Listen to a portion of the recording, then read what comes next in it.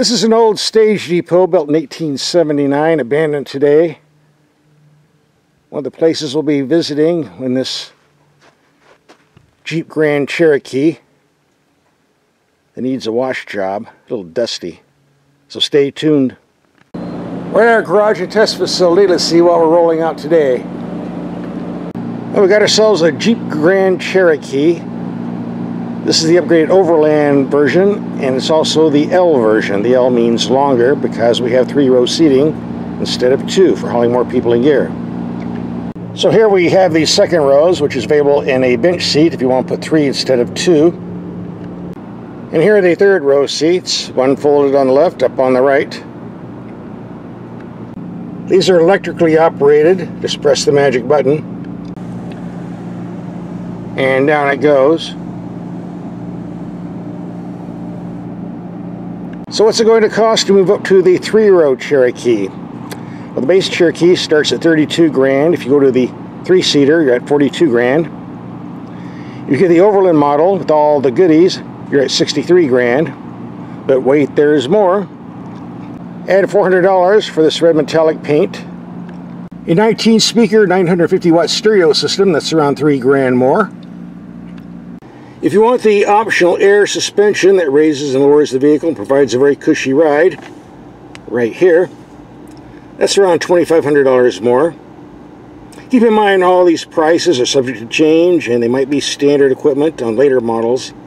I'm just going by what we have on the spec sheet at the moment. So far that puts us around 69 grand, but wait, there's more again. Most Cherokees, like this one, will come with the V6, putting out 290 horsepower. But if you want the V8 with 357 horsepower, it'll be $3,200 more, please. Just a footnote, if you're interested in the fuel economy, the V6 is rated 19 to 26, average 22. The V8 will drop it down to 14 to 21 with an average of 17. So you'll get the long version with the Overland package and all the options I described. It'll be just over 70,000 bucks for a Jeep Cherokee. Wow. We also tested another big, roomy SUV off-road, the 2021 GMC Yukon. We'll have a link for that video at the end of this video. Go to the end, click and watch, it's free. Or for you Jeep fans, we put 800 miles on a Jeep Gladiator Rubicon. That'll be at the end of this video as well. Alright, let's take a look at the cabin. I'm glad to see Chrysler Jeep did away with that horrible shift knob setup. It's obsolete. Went to this rotary knob. I prefer push buttons, which are even better, but I can settle for the rotary knob. Doesn't take up any room. And when you turn the vehicle off, it goes into park automatically, so you have to do it manually. 2 good features over the stick. And over here we have the drive mode. You can see from all the glare here.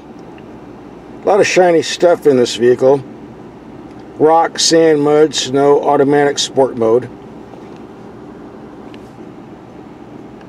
That's one thing you have to get used to in this cabin. There's a lot of fake chrome that reflects the sun. There's a lot of glass, plastic that reflects the sun. And if you live somewhere where you're in a desert environment, like I do, you better get some good polarized sunglasses. We get a large glove box, lots of room in there. Simple, easy to use climate controls. This has 4-wheel drive. There are 3 versions of 4-wheel drive on the Cherokee. I won't list them all. You can look it up on their website. In this case, the 4x4 low button is right here. And I almost forgot, one of the first things we do when we get a vehicle is check to see if there's a spare tire. Yep. You have to crawl under to get it and get dirty, but that's just part of having a Jeep. And by the way, one feature I didn't show you earlier, this has a thermal night vision system. Heat seeking for driving at night, seeing through fog, smog, and dust. We'll be showing you that in just a second. And we'll be showing you the night vision system when we take this out in the dark and show you the headlights as well. We'll do that right now. Happy hour again. Let's see what happened here. That doesn't look good. Whoa. Whoa. So let's take these out and see what they do. Those were the low beams. Now we got the high beams on. Look pretty bright. This vehicle has a thermal night vision camera installed. Let me show you how it works. Right now we have headlights on. Go totally dark. But here we can see the entire street, like so.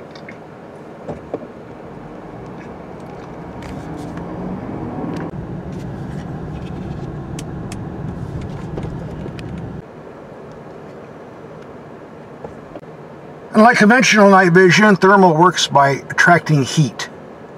The whiter, the hotter, the darker, the colder. Now that yellow thing there, that's a pedestrian that the camera's caught on view. And what other uses does this have? Well, it can see through smoke, smog, fog, dust storms, rain. Of course, just because you can see them doesn't mean they can see you, so you still have to be careful.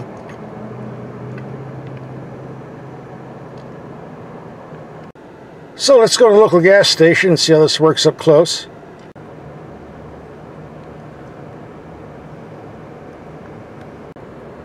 If you live in an environment where there's bad weather, lots of rain, snow, fog, smog, stuff like that, you might find this gadget useful.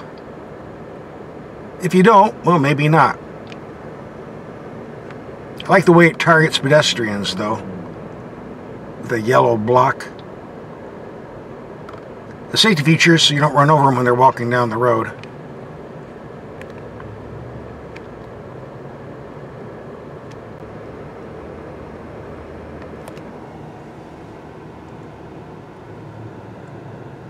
Alright, enough of that. Here we have the low beams on a wall 100 feet away, very bright, not much height. Go to high beam, pretty bright. And here's what it looks like with the thermal vision that we have, marketed as night vision. And here we have the brights on a fence line 80 yards away. Building is 130 yards away. Lots of light, good widespread. Go low beam. Barely reaches out, but good widespread. There's what it looks like with the night vision again. This is thermal, if I didn't mention that before. It picks up heat. White for hot, dark for cool. Going to more practical uses, we have an excellent rear view camera with all kinds of angles.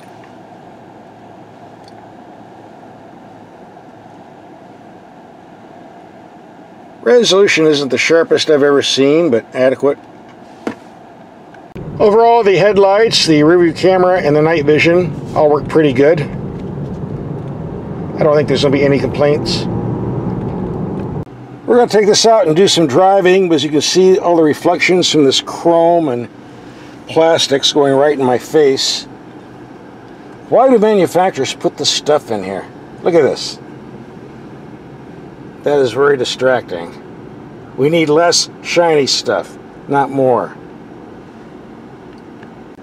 And why am I the only car tester on the planet that says something about this? Is there a reason for that? Maybe the others are too scared to get in trouble or something. Not here. A lot of the testers in car magazines were telling us how great the power steering is, how precise and good feedback, and I don't know what they're smoking. I don't find that to be the case at all. It's kind of vague, just like in their Jeep Wranglers. Although you can beef it up a bit by putting the vehicle in the sport mode. That will certainly help. But like anything, you'll get used to it after about a week or two of driving. This air suspension is pretty smooth on the street. Let's see what happens when we hit these speed bumps. Around 15 miles per hour. Here comes bump number 1. Pretty cushy. Bit of wheel hop from these large 20-inch wheels. Here comes number 2.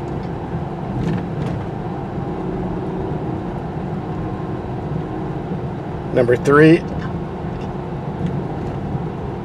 And the big nasty one. Pretty smooth.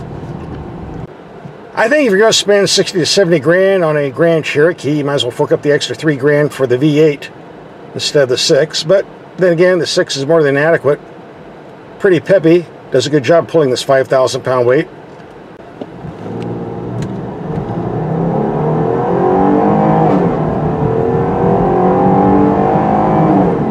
decent acceleration.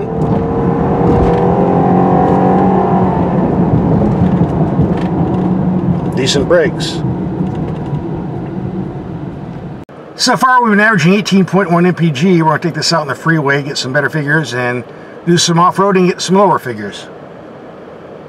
We're going to take this Jeep on a highway trip, see what type of fuel economy we get. It also gives us an opportunity to see if this air suspension they're always bragging about is really that good and comfortable.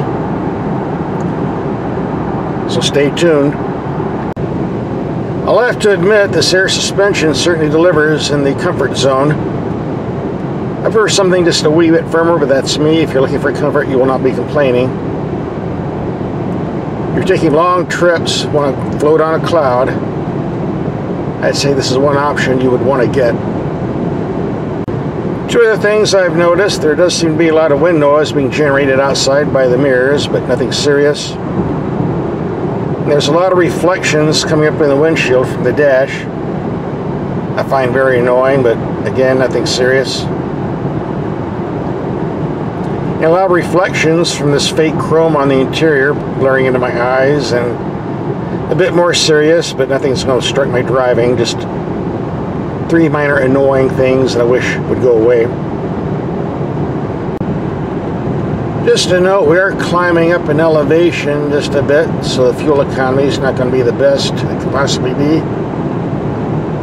We'll probably lose around 10%. And 10 miles down the road is when we'll be pulling over to see what the figure is. I figure if we get 23 or so, 24 miles a gallon, we'll be doing good.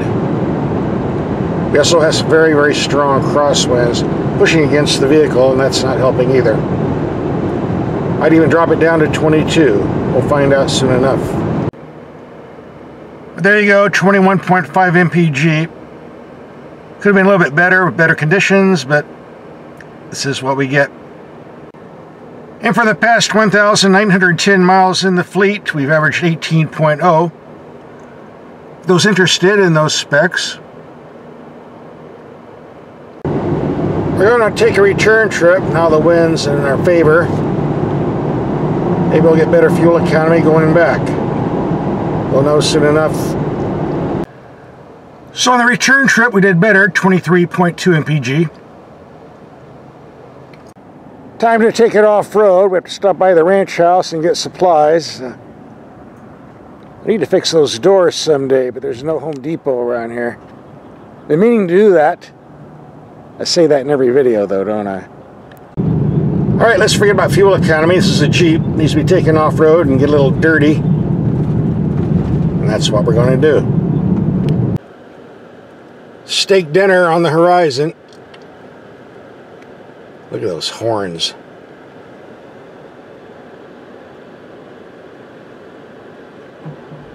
Got a whole fleet out here.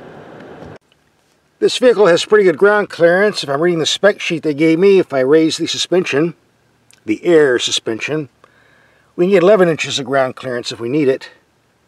I don't thus far. Of course I would if I had fallen into this rut.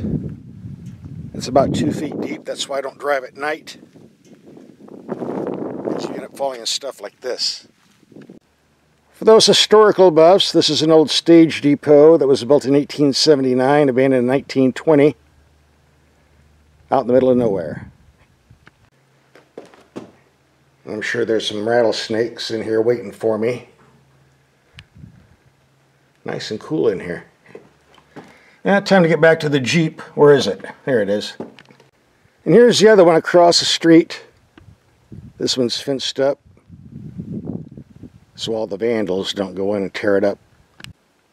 I wanted to do more four-wheeling today. Unfortunately, the road back there, the sand was so thick, like being at the beach, was sinking in down to the axles. And even though this does have a sand mode on the computer system, for purposes like that, it wouldn't mean anything unless I lowered the tire pressures down and pumped them back up, and then did the same thing coming back, and we just don't have enough time in the day to do that. That means I'll be driving in the dark. You don't want to be out here in the dark, especially if you get stuck. It's a bad idea, so we'll have to take this road another day, another time, and perhaps another vehicle. So what's my take on this Grand Cherokee L after a week of driving? Well, I have three things to say. Number one, as far as that interior with all the shiny chrome and shiny plastic reflecting during a hot sunny day, I find it very distracting. It'd be a big problem for me to drive this car day to day, but that's me, maybe not you. Take it out for a test drive, see what you think. Number two, as far as the price tag, yeah, jumping from around 32, 34 grand for the base Cherokee and moving up to around near 70. That's a lot of expensive options there, but then again, if you compare it to the European SUVs, it's still less expensive, especially if you want a V8. Because a V8 on the European SUVs are about 100 grand. So if you look at it that way, I guess you could be getting a bargain. So if you like the Grand Cherokee, you need space to haul more people in gear, the longer Overland version, this might be for you. And I see the sun is going down real quick. So time to wrap up this video and get out of here. This is not a place to be in the dark. I think I've said that before about other spots around here. Here's some video links of other off-roaders we drove and did videos on. Just click and watch. And subscribe. I need the gas money to feed these beasts.